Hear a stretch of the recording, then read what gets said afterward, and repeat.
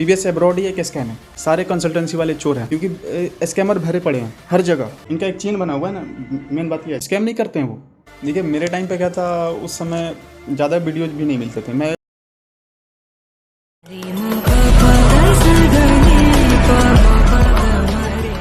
Hello everyone, मैं तनुष्का त्यागी dream MBBS study abroad के Delhi branch से, और आज हमारे साथ हैं डॉक्टर ऋषभ राज तिवारी।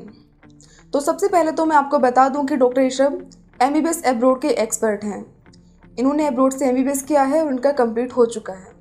तो आज मैं जानती हूँ इनसे इनका अनुभव और आपसे शेयर करते हैं इनका अनुभव। तो डॉक्टर ऋषभ बताइए कि आपने एमबीबीएस अब्रॉड किस कंट्री से किया है और आपको किन किन कठिनाइयों का सामना करना पड़ा। देखिए मैंने एक्चुअली एमबीबीएस किया हुआ है चाइना से, ठीक है जी। और स्टार्टिंग में क्या होता है कि बहुत ज़्यादा प्रॉब्लम होता है स्टूडेंट को, चाहे वो एमबीबीएस करने के लिए रसिया जाएँ, चाइना जाएँ, किसी भी कंट्री में जाएँ। मैं भी प्लान किया था रसिया के लिए, फिर मेरा प्लान चेंज हुआ, मैं चाइना के लिए गया। तो स्टार्टिंग में क्या होता है कि एजेंट होते हैं, एजेंट के ऊपर भी एजेंट होते हैं। तो मतलब डायरेक्ट कॉन्ट्रैक्ट वाले बहुत कम एजेंट मिलते हैं। तो इसमें क्या होता है, प्रॉब्लम ये हो जाता है कि एजेंट के ऊपर एजेंट, एजेंट के ऊपर एजेंट, तो पैसे बहुत ज़्यादा लग जाते हैं। तो स्टार्टिंग में ये प्रॉब्लम आता है, क्योंकि जान पहचान तो रहता नहीं है पहले कोई भी कंट्री में। तो ज़्यादातर हमें क्या होता है कि हमारी कोई फैमिली से कोई अब्रॉड गया था, कोई नहीं गया था, तो मैं ही था। तो प्रॉब्लम थोड़ा हुई, लेकिन अभी तक सब सही है। ओके। तो ऋषभ जी, मैं आपसे जानना चाहती हूँ कि जैसे आप अब्रॉड गए हो, जिस भी कंट्री से आपने गया, तो आपको किन किन प्रॉब्लम्स का वहाँ पे सामना करना पड़ा। देखिए बात रही प्रॉब्लम की, तो सबसे पहले तो प्रॉब्लम होती है खाने की। चाहे आप किसी भी कंट्री में जाओ, स्टार्टिंग में होता है 2-4 दिन या 10 दिन, जितना दिन होता है, लेकिन उसके बाद से आदमी उसके अकॉर्डिंग एडप्ट कर लेता है। मैं चाइना में गया तो स्टार्टिंग में थोड़ा प्रॉब्लम हुआ खाने का, और वहाँ पे क्लाइमेट भी वो ठंडा था, इसकी वजह से थोड़ा प्रॉब्लम हुई, लेकिन धीरे धीरे सब हो जाता है। तो आप मुझे बताएंगे कि जिस भी कंसल्टेंसी के आप थ्रू गए होंगे, तो उन्होंने आपकी हेल्प किस तरह से की। इतने दिन आप वहाँ पे रहे हैं, आपको प्रॉब्लम्स भी हुई होंगी, काफ़ी इशू आए होंगे, तो किस तरह से आपकी हेल्प की गई। देखिए मैं जब गया था तो उस समय वो सब एजेंट होते थे। डायरेक्ट कंसल्टेंसी, जैसे कि अभी ड्रीम एमबीबीएस हो गया, रस एजुकेशन हो गया, ये डायरेक्ट कॉन्ट्रैक्ट होता है इनका। तो उस समय मैं गया था, वो सब एजेंट होते थे। सब एजेंट का मतलब हो गया कि वो ले जाकर किसी और को देते थे, फिर वो किसी और को देते थे। मतलब एक step by step 3 agent 4 agent. तो अब इतना समझो ना, थोड़ा भी पैसे लिए वो, तो थोड़े थोड़े करते करते बहुत ज़्यादा हमें देना पड़ जाता था। तो यही सब प्रॉब्लम होती थी, तो उस समय होती थी। लेकिन अभी क्या होता है कि अब बहुत सारे कंसल्टेंसी वाले जो हैं वो हो गए हैं कि डायरेक्ट कॉन्ट्रैक्ट ले चुके हैं यूनिवर्सिटी से। तो उनकी यूनिवर्सिटी में अच्छी पहुँच है, तो कम पैसे लगते हैं। जैसे कि अभी मैं बात करूँगा ड्रीम एमबीबीएस, जहाँ पे आपके ब्रांच में जहाँ मैं खड़ा हूँ, तो क्या वो मेरा एक कज़न था, तो मैं सोचा उसका एडमिशन कराने के लिए मैं सोचा। तो उस समय क्या होता है कि आप डायरेक्ट एडमिशन ले नहीं सकते हो किसी भी कंट्री। मैं सोचा कि डायरेक्ट करा दूंगा, तो फिर मैं बात किया, लेकिन डायरेक्ट नहीं होता। बिना किसी कॉन्ट्रैक्टर के, एजेंट के थ्रू आप एडमिशन ले नहीं सकते हो, चाहे कोई भी कंट्री हो। तो मैं जहाँ तक देखा, उसका 2-3 कंसल्टेंसी वाले से बात किया, लेकिन फिर तब तक मेरे जो फ्रेंड हैं, ये ड्रीम एमबीबीएस के डायरेक्टर डॉक्टर मृणाल, इनसे मेरी बात हुई। तो उन्होंने बोला कि ये तो सिंपल है, क्योंकि मैं इनसे मिला था, लेकिन इस फील्ड में मैं मतलब काम नहीं कराया था। तो इनसे जब मैं मिला, तो इनका जो डॉक्यूमेंट्स मैंने फॉरवर्ड किए जब इनको, उन्होंने बोला कि ब्रो 30 डे में आपका काम हो जाएगा, और इन्होंने कर दिखाया। 27 डे में पूरा प्रोसेस में कंप्लीट करा दिया। तो मेरे को अच्छा लगा। इनका जो वर्क लेवल था, ग्राउंड लेवल जो वर्क होता है, वैसे उन्होंने किया। और इनका एक चेन बना हुआ है ना। मेन बात यह है, चाइना में चाहे रसिया में इनका एक चेन बना हुआ है। कोई भी दिक्कत होता है, इनका जो एसोसिएट होते हैं या मतलब स्टूडेंट होते हैं, वो हेल्प करने के लिए आ जाते हैं। चाइना में मेरी बहुत हेल्प हुई, क्योंकि स्टार्टिंग में होता है प्रॉब्लम। तो अभी तो सब कुछ ठीक है। तो ऋषभ जी, आप मुझे बताएंगे कि जैसे आप ड्रीम एमबीबीएस में जानते हैं, मिल चुके हैं, तो इनके ब्रांचेस, इनके काउंसलर्स, इनका जो वर्क है, किस तरह से मतलब हेल्प करवाते हैं, उसके बारे में कुछ बताएंगे आप मुझे। एकदम क्यों नहीं। देखिए ड्रीम एमबीबीएस का जब ये एडमिशन अब्रॉड का नाम आता है, तो ड्रीम एमबीबीएस मेरे हिसाब से अभी तक बेस्ट चल रहा है। रस एजुकेशन भी सही है, और भी कंसल्टेंसी है कहीं, लेकिन मेरा जो है एक्सपीरियंस रहा है, तो ड्रीम एमबीबीएस में मैं 10 आउट ऑफ 10 दे सकता हूँ। क्योंकि इनका जो डॉक्यूमेंटेशन से लेकर जो भी प्रोसेस होता है, जैसे कि मेडिकल, वीज़ा, इंश्योरेंस, स्टूडेंट को कुछ प्रॉब्लम होता ही नहीं, यहीं कर लेते हैं, सब कुछ करा देते हैं। इनका हर जगह कॉन्टैक्ट है, लिंक है, इंडिया में हो चाहे बाहर में हो, रसिया, चाइना, यूक्रेन, किसी भी कंट्री में। अभी मेरा एक फ्रेंड यूक्रेन में फंसा हुआ था, तो मैं इनसे बोला, मेरे फ्रेंड है ना, तो इनसे बोला, तो बोले कि आप उनका डिटेल सेंड कराइए। मैं कराया, फिर वो वहाँ से कांटेक्ट करके एम्बेसी में कैसे कैसे करके अपना वो कराएं, और उसको वापस में आने में भी बहुत बहुत ज़्यादा हेल्प हुआ। तो अच्छा मतलब बोला जाए तो ग्राउंड लेवल का वर्क है इनका।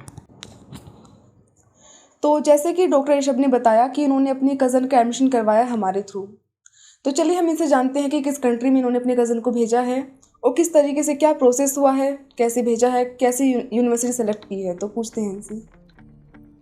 देखिए, मैंने अपने कज़न का एडमिशन कराया है रशिया में, और मैं ड्रीम एमबीबीएस के थ्रू ही कराया था। उस समय क्या हुआ था, प्रोसेस में बहुत ज़्यादा वो हो रहा था, मतलब वो पैनिक हो रहा था मेरा जो कज़न था कि कैसे होगा क्या होगा। फिर मैंने इनसे कांटेक्ट किया, तो मेरे को इसमें 2-3 चीज़ अच्छा लगा। और वो कंपेरिजन कर सकते हैं ना, क्योंकि जब मेरे साथ अच्छा हुआ तो हम कंपेरिजन ही कर सकते हैं। तो इसमें अच्छा हुआ मेरे साथ। उस समय क्या था मेरे साथ सीन, मैं इनको डॉक्यूमेंट्स सब फॉरवर्ड किया, तो इन्होंने सारे कुछ डॉक्यूमेंटेशन कराया प्रोसेस बाय प्रोसेस। स्टूडेंट को और मेरे को कोई प्रॉब्लम ही नहीं हुई, तो वो अच्छा लगा। और इनका जो चार्जेज हैं, यूनिवर्सिटी का फ़ी हो गया, इनका चार्जेज प्लस जीएसटी जो भी लेते हैं लोग, पूरा ट्रांसपेरेंसी है, कोई हिडन चार्जेज नहीं है। क्या होता है कि बताते कुछ और हैं, एडमिशन हो जाते हैं, फिर वहाँ पे जाकर पता चला कि हमारा फ़ी ही जमा नहीं है कॉलेज में। ऐसे सीन हो जाते हैं, बहुत लोग कर भी लेते हैं। तो इनका कोई हिडन चार्जेज नहीं है, सब कुछ क्लियर है। ट्रांसपेरेंसी जिसको बोलते हैं ना, वो फुल है इनके पास, कोई दिक्कत नहीं होता है स्टूडेंट को एडमिशन से रिगार्डिंग। तो एक बात और जानते हैं डॉक्टर ऋषभ से कि आज के टाइम में जैसे कोई बच्चा बाहर जाने वाला होता है तो कंट्री चूज़ करने में, फिर वहाँ की यूनिवर्सिटी चूज़ करने में, वहाँ की हर चीज़ें जानने के लिए काफ़ी रिसर्च करता है, काफ़ी जानकारी लेता है। तो हम इसे जानते हैं कि इन्होंने उस बारे में कैसे जानकारी ली, कैसे नहीं पता चला वहाँ के बारे में। तो जानते हैं इसे, बताइए। देखिए, मेरे टाइम पे क्या था, उस समय ज़्यादा वीडियोज भी नहीं मिलते थे। मैं ज़्यादातर लोग यूट्यूब पे देखते नहीं तो गूगल पे देखते हैं, यही सीन होता है। तो मैं उस समय यूट्यूब पे देखा करता था वीडियोज, तो बहुत कम मतलब माइनर वीडियो मिलते थे, एक का दूका भी वीडियो मिल गया देखने को, बस यही था। लेकिन अभी एक रिवोल्यूशन बोल सकते हैं, रिवोल्यूशन आया हुआ है। कुछ कंसल्टेंसी वाले कॉलेज का वीडियो, वहाँ का सिटी का वीडियो भी अपलोड करते हैं अपने चैनल पे। वहाँ के बताते हैं कि यहाँ पे ये सिस्टम आपको प्रोवाइड कराया जाता है, जैसे कि फूडिंग लॉजिंग जो भी है वो सब बताते हैं। मैं अपने ब्रदर को बोल दिया कि भाई तू ड्रीम एमबीबीएस का वीडियो देख लो, क्योंकि इन्होंने सारे वीडियो अपलोड करके रखे हुए हैं हर कंट्री के, हर कॉलेज के बारे में, तो अच्छी जानकारी मिल गई। अब एक ही जगह पे हमारी सभी जानकारी मिल गई, तो हमें ज़्यादा वो रिसर्च नहीं करना पड़ा। तो ये अच्छा लगा मेरे को कि इन्होंने इस फील्ड में भी अपना वो मतलब योगदान दिया है, एक तरह से बोल सकते हैं, वीडियो बनाने में, ये सब में। तो इससे स्टूडेंट को काफ़ी ज़्यादा हेल्प हो जाते हैं। क्योंकि आप भी समझ सकते हो, जब स्टार्टिंग में कोई बंदा मतलब जा रहा है पढ़ने के लिए तो प्रॉब्लम आते हैं, लेकिन जब आपको पूरा प्रोसेस बाई प्रोसेस समझा दिया जाता है, वीडियोज मिलेगी देखने को, सिटीज कैसी है, यूनिवर्सिटी कैसा है, टीचर कैसे हैं वहाँ के, तो ये सब मतलब अच्छा लगता है वहाँ पे। ये सब देखने के बाद पूरा डाउट क्लियर हो जाता है स्टूडेंट का भी। तो ये सही लगा मेरे को ड्रीम एमबीबीएस का। तो जैसे कि आपको पता चल ही गया है कि डॉक्टर ऋषभ का कज़न रशिया में स्टडी कर रहा है, तो हम जानते हैं कि वहाँ पे मैश फूड और हॉस्टल काफ़ी सारी चीज़ें होती हैं, इंडियन ग्रोसरी सामान, काफ़ी सारे सामान होता है। तो वहाँ पे कैसे मिलता है, मतलब कोई इशू होता है, प्रॉब्लम्स का सामना करना पड़ता है। तो जानते हैं इनसे क्या होता है। देखिए, मेरे हिसाब से प्रॉब्लम तब तक है जब तक आपको उस कहाँ पे कौन सा सामान मिलता है आपका उसके बारे में जानकारी ना हो। क्या होता है कि स्टार्टिंग में रसिया हो गया, चाइना हो गया, आप जाओगे तो होता है कि ऐसा कि क्या बताऊँ आपको, मतलब ऐसे आप खुद से नहीं ढूंढ सकते हो दुकान, लेकिन हाँ आप सीनियर का हेल्प ले सकते हो, कंसल्टेंसी वाले के थ्रू गए हो, अगर उनका अच्छा वहाँ पे जान पहचान है तो उससे भी हेल्प ले सकते हो। तो क्या होता है, अभी तो चाइना में, रसिया में हर इंडियन सामान, ग्रोसरी जो भी है मिल जाते हैं, कोई दिक्कत नहीं होता है। और इंडियन फूड भी मिल जाते हैं, सबसे खुशी की बात यह है। तो कोई दिक्कत नहीं होता है। आप मतलब पहले कंपेरिजन में, अभी कंपेरिजन में देखा जाए तो अभी बहुत सही है। मैं आपसे एक बात और जानना चाहूँगी, जैसे आप खुद एब्रोड से एमबीबीएस करके आए हैं, आपका कज़न भी गया हुआ है, तो आपको पता होगा काफ़ी बच्चे आजकल एब्रोड से एमबीबीएस करते हैं, लेकिन फिर भी कुछ बच्चों के साथ स्कैम हो जाता है। तो मैं जानना चाहूँगी कि उन्हीं के साथ स्कैम क्यों होता है आज के टाइम में। देखिए, मैं पहले भी आपको बताया था कि स्कैम का मेन कारण है सब एजेंट, लोकल एसोसिएट, सब एजेंट। वो मतलब एक इनका चेन बना हुआ है, तो वो ला कर देते हैं किसी और को, वो किसी और को, ऐसे करके 3-4 स्टेप में इनका होता है। और फिर फाइनली वो भेजते हैं अब्रॉड, जहाँ पे जो सॉल्व कॉन्ट्रैक्ट लेकर बैठा हुआ है उनको भेजते हैं। अब उनमें क्या होता है कि अब मान लो आप कोई बंदा भेज रहा है, तो आप आपको नॉर्मल एग्जांपल दे रहा हूँ, अगर 20,000 रुपया ही अगर वो ले रहा है अपना चार्ज पर एजेंट, तो अगर मान लो 5 एजेंट हैं तो लाख रुपये कैसे चले गए ना। अब वहाँ पे गया तो अभी अपना कुछ चार्ज लेगा, एक नॉर्मल एग्जांपल दे रहा हूँ, हालांकि ज़्यादा लेते हैं। तो वहाँ पे गए, फिर रसिया गए, चाइना गए, जहाँ गए वहाँ यूनिवर्सिटी का फ़ी दिए, वहाँ पर उसका कंसल्टेंसी चार्ज दिए, क्योंकि जो कॉन्ट्रैक्ट बैठा है तो खाली तो लेकर बैठेगा नहीं, पैसा वो भी लेगा। तो ये सब होता है कि उनमें मतलब चार्जेस बहुत ज़्यादा बढ़ जाते हैं और उनमें हिडन चार्जेस बहुत ज़्यादा होते हैं। सबसे पहली बात है, इसीलिए स्कैम हो जाते हैं स्टूडेंट के साथ। तो हिडन चार्जेस से बचने के लिए मैं स्टूडेंट को एक ही सजेशन दूंगा कि आप उसी कंसल्टेंसी वाले के पास जाओ कि उसके पास सॉल्व कॉन्ट्रैक्ट हो। बोलता है तो आप बोलो कि ठीक है, आप वो डॉक्यूमेंट्स हमारे पास दिखाओ जो आपका सॉल्व कॉन्ट्रैक्ट है, आप वो डॉक्यूमेंट्स मेरे को फॉरवर्ड करो, मैं देखूँ। उसके बाद वो कॉलेज को मेल डाले, अपना प्रॉपर रिसर्च कर ले और उसके बाद ही जाए।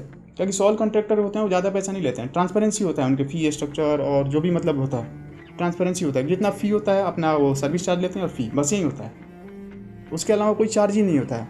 ये डॉक्यूमेंटेशन के नाम पे इधर उधर करके बहुत ज़्यादा लूट लेते हैं। बहुत स्कैम होता है, सबके साथ होता है, मेरे साथ भी हुआ था। लेकिन अभी ठीक है, कोई दिक्कत नहीं है, अब जो हुआ हुआ। लेकिन हाँ, अभी जो जा रहे हैं ये इन बातों का ध्यान रखें, जिनका क्या बोलते हैं उसको, सॉल्व कॉन्ट्रैक्ट यानी एक्सक्लूसिव कॉलेज जिनके पास हो, उसी कंसल्टेंसी के थ्रू आप जाएँ। मेरा एक ही मतलब ये आपका सजेशन रहेगा बस। तो जैसे कि आपने अब्रॉड से स्टडी की है, तो मैं आपसे जानना चाहूँगी कि वहाँ पर इंडियन स्टूडेंट्स के साथ कैसा व्यवहार किया जाता है? क्या उनके साथ कोई भेदभाव होता है या स्टडी वहाँ पे कैसी होती है बच्चों के साथ? तो देखिए, जो भेदभाव का ये किसी कंट्री में नहीं होता है। जितना मेरे जो फ्रेंड है रसिया, आर्मेनिया, चाइना, हर जगह पढ़ते हैं और मैं खुद चाइना में रहा हूँ, तो ये भेदभाव वहाँ नहीं होता। सपोर्टिव होते हैं बहुत ज़्यादा, वहाँ का लोकल जो भी हैं सपोर्टिव होते हैं, कोई दिक्कत नहीं होता है। मेरा खुद कज़न रसिया में पढ़ रहा है, उसको भी कोई वहाँ पे प्रॉब्लम नहीं है। मैं खुद चाइना में पढ़ा हुआ हूँ, तो कोई दिक्कत नहीं होता। मेन बात है कि लोकल, हाँ, लैंग्वेज इशू होती है थोड़ा। स्टार्टिंग में क्या होता है कि लैंग्वेज इशू होती है, तो उसके लिए तो गूगल ट्रांसलेटर आजकल इतना ईजी कर दिया है कि इसकी वजह से कोई काम ही नहीं, मतलब सब काम आसान हो जाता है। चाइना में है तो आप VPN यूज़ करके गूगल ट्रांसलेटर भी यूज़ कर सकते हो, तो इसमें कोई अब दिक्कत नहीं है। ये भेदभाव वाला कोई मैटर ऐसा कुछ नहीं है। डॉक्टर ऋषभ जी, एक बात और बताइए, आज के टाइम में काफ़ी स्टूडेंट्स हैं जो अब्रॉड के लिए प्लानिंग करते हैं MBBS करने के लिए, तो ऐसे किन बातों का उन्हें ध्यान रखना चाहिए ताकि उन्हें आगे चलकर धोखा ना हो और उन्हें किन्हीं प्रॉब्लम्स का सामना ना करना पड़े? बताइए। देखिए, मेरे हिसाब से MBBS अब्रॉड ही एक स्कैम है, अगर आपको बढ़िया से नॉलेज नहीं है तो इसके बारे में, क्योंकि स्कैमर भरे पड़े हैं हर जगह।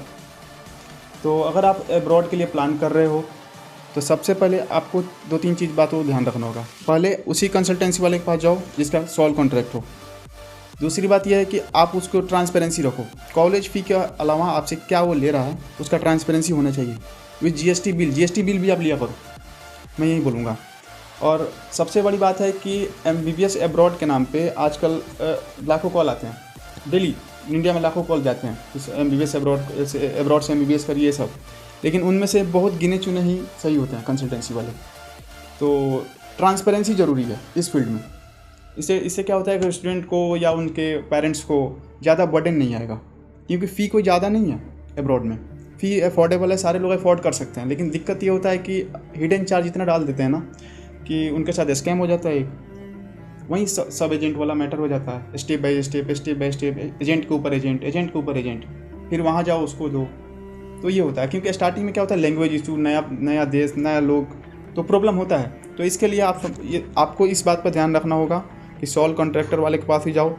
और सबसे बड़ी बात कि ट्रांसपेरेंसी रखो कंसल्टेंसी वालों से। ट्रांसपेरेंसी इन द सेंस ये हो गया कि आप जैसे कि फ़ी स्ट्रक्चर जो भी है उसको देखो, फ़ी स्ट्रक्चर के अलावा जो भी आपसे वो ले रहा है कंसल्टेंसी वाला कोई भी हो, तो आप उनसे वो पूछो कि आप किस चीज़ का ले रहे हो, GST बिल लो, ये सब ट्रांसपेरेंसी होना चाहिए। जिससे ये होता है कि किसी भी स्टूडेंट के साथ स्कैम हो ही नहीं सकता है। और मैं पेरेंट्स से ज़रूर बोलूँगा कि आप खुद जाकर कंसल्टेंसी वालों से मिले, क्योंकि आप जब जाओगे ना तो एक मतलब वेटेज हो जाता है, मतलब वजन होता है बातों में। तो आप ऐसे मिले तो इसके बाद आपके स्टूडेंट के साथ स्कैम कुछ नहीं होगा। अब्रॉड सही है, सेफ़ है। आप प्लान कर रहे हैं MBBS के लिए तो आप स्टडी कर सकते हो अब्रॉड से, कोई दिक्कत नहीं है। अब हम बात करते हैं डॉक्टर ऋषभ से कि अगर आप अब्रॉड में जा रहे हैं, किसी कंसल्टेंसी से मिल रहे हैं, तो आप ट्रस्ट कैसे करें? क्योंकि काफ़ी पेरेंट्स से मेरी बात होती है तो उन्हें इशू होता है कि उनकी फ़ी ज़्यादा है, उनकी फ़ी कम है, तो ऐसा क्यों, ये फ़ी जाती कहाँ है, ट्रस्ट करें कैसे, बच्चे को कैसे भेजें? तो मैं इनसे जानती हूँ इनका अनुभव, ये क्या कहना चाहेंगे इस बारे में? देखिए, मेरा जहाँ तक मानना है और मेरा जहाँ तक एक्सपीरियंस है, तो मेरे आज फ्रेंड भी कॉल करते हैं तो पूछते हैं भाई सारे कंसल्टेंसी वाले चोर हैं, बोलते हैं। लेकिन सारे चोर थोड़ी हैं, अच्छे लोग भी हैं ना कंसल्टेंसी वाले। तो ऐसे करते हैं, वो स्कैम कर देते हैं। बोलते हैं देखिए आप ट्रस्ट करिए, ट्रस्ट करने का एक तरीका होता है, आप पहले उनके पास जाइए, ऑफिस में जाइए, सब बात करिए। सारे कंसल्टेंसी वाले चोर नहीं हैं, स्कैम नहीं करते हैं वो। बहुत लोग हेल्प करते हैं और ग्राउंड लेवल पे हेल्प करते हैं स्टूडेंट को। तो ये सब आप पहले जाइए ऑफिस में बात करिए, उनका रजिस्टर्ड है, ऑथराइज है गवर्नमेंट ऑफ इंडिया से कंसल्टेंसी की नहीं, ये सब आप वो जांच पड़ताल तो करिए। स्कैम सारे लोग स्कैम नहीं करते हैं, इंडिया में बहुत लोग हैं कि अच्छे काम कर रहे हैं, तो इसमें कोई दिक्कत नहीं है। आप हाँ, ट्रांसपेरेंसी ज़रूरी है, मैं बार बार यही बात बोलूँगा, ट्रांसपेरेंसी ज़रूरी है इस फील्ड में। तो डॉक्टर ऋषभ जी, जैसे आप खुद अब्रॉड से एमबीबीएस करके आए हैं और आपने अभी एक कज़न को भेजा है, तो मैं फ़र्क जानना चाहती हूँ कि उस टाइम पे और अब में क्या फ़र्क आपको नज़र आता है प्रोसेस में, या फिर किसी भी चीज़ में आपको क्या फ़र्क नज़र आता है?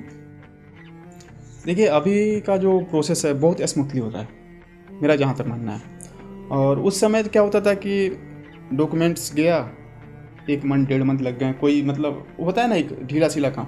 लेकिन अभी क्या हुआ, इस लाइन में कंपटीशन बहुत ज़्यादा बढ़ गए एक तरह से देखा जाए तो क्या होता है, कंपटीशन बढ़ने से क्या होता है कि सभी कंसल्टेंसी वाले चाह रहे हैं कि हम अच्छा काम करें, ट्रांसपेरेंसी लाएं, लेकिन सभी चाहेंगे तभी होगा, एक इक्का दुक्का से करने से नहीं होगा। बहुत लोग कहते हैं भाई अभी क्या कौन सा कंसल्टेंसी सही है, मेरे से बहुत लोग पूछते हैं। तो मैं अभी मतलब मेरा जहाँ तक अनुभव है, मैं एक ही बात बोलूँगा कि 2-3 कंसल्टेंसी है बड़े बड़े इंडिया में जो कि सही काम कर रही हैं। लेकिन अभी मैं अपना पर्सनल, क्योंकि मैं ड्रीम एमबीबीएस से जुड़ा हुआ हूँ, मेरे जो फ्रेंड हैं डॉक्टर मृणाल, मेरे मतलब हम लोग साथ में पढ़ाई भी किया, हमें एक दूसरे से मतलब बहुत सारा अटैचमेंट है। तो मैं अपना पर्सनल एक्सपीरियंस के अकॉर्डिंग बोलूँगा कि आप ड्रीम एमबीबीएस के थ्रू ही जाओ, आप आगे भी जा सकते हो, लेकिन मेरा पर्सनल ओपिनियन है। क्योंकि इसमें क्या होता है, इनका जो मतलब हेल्प करने का जो तरीका होता है, हेल्पिंग नेचर, वो ग्राउंड लेवल है, हर जगह चेन बनी हुई है इनकी। स्टूडेंट आते हैं, उनका बैंक डिटेल से लेके मतलब बैंक अकाउंट खुलवाना, आधार कार्ड जो भी लेकर आते हैं अपना डॉक्यूमेंट्स, वो सारा यहीं से प्रोसेस कराते हैं ये। तो इसमें होता है कि ये मन का काम देखा हुआ है अपनी आँखों से, तो इसलिए मेरे को मतलब इनका ट्रस्ट है पूरा।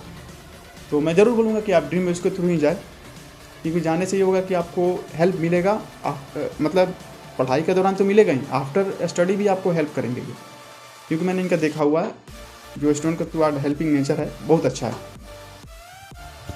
जैसे कि काफ़ी सारी बातें हम डॉक्टर ऋषभ राज जी से कर चुके हैं, एक बात मैं इनसे और पूछना चाहूँगी। ये खुद एक डॉक्टर हैं, तो ये हमारे बनने वाले डॉक्टर्स को, जिनका सपना है डॉक्टर बनना, तो उनको सजेस्ट करेंगे अब्रॉड जाना, और कैसे, किस कंट्री में, मतलब क्या सजेस्ट करेंगे? देखिए, जब सपना डॉक्टर बनने का हो तो आपको मेरे हिसाब से कोई भी बाधा या रुकावट आपके लाइफ में नहीं आ सकती है। लोग तो कहते हैं कि आसमान में भी सुराख होते हैं, बस क्या बोलते हैं, पत्थर को तबीयत से उछालो तो सही। तो ऐसा है, जब आपने सोचा है कि विदेश डॉक्टर बनना है, तो अब्रॉड हो या इंडिया हो, ये मैटर नहीं करता है। आपकी मेहनत लगन ये मैटर करती है, आप किस कंट्री में जा रहे हो। क्योंकि देखो, आप किसी भी कंट्री में, इंडिया से भी कर लो या बाहर से भी कर लो, आप अपने पेरेंट्स का पैसे लगा रहे हो, उनके मेहनत की कमाई है। तो इस बात को मद्देनज़र रखते हुए ही इस फील्ड में मतलब आप आगे बढ़ें। अगर आपको टाइम पास करना है तो इस फील्ड में ना जुड़ें, मेरा पर्सनल ओपिनियन है। अगर आप सच में अच्छे डॉक्टर बनना चाहते हैं तो हाँ ज़रूर करें, अब्रॉड से करें, इंडिया से करें, जहाँ से हो करें। तो बस यही है। तो थैंक यू डॉक्टर ऋषभ, आपने अपना इतना कीमती समय हमारे साथ शेयर किया, और हमारे साथ जुड़ने के लिए भी थैंक यू सो मच। तो जैसे कि आप सभी ने देखा कि हमने काफ़ी सारी बातें की हैं डॉक्टर ऋषभ जी से, तो ऐसे ही अधिक जानकारी के लिए हमसे जुड़े रहें, और मैं मिलती हूँ आपसे अपने अगली वीडियो में। Thank you.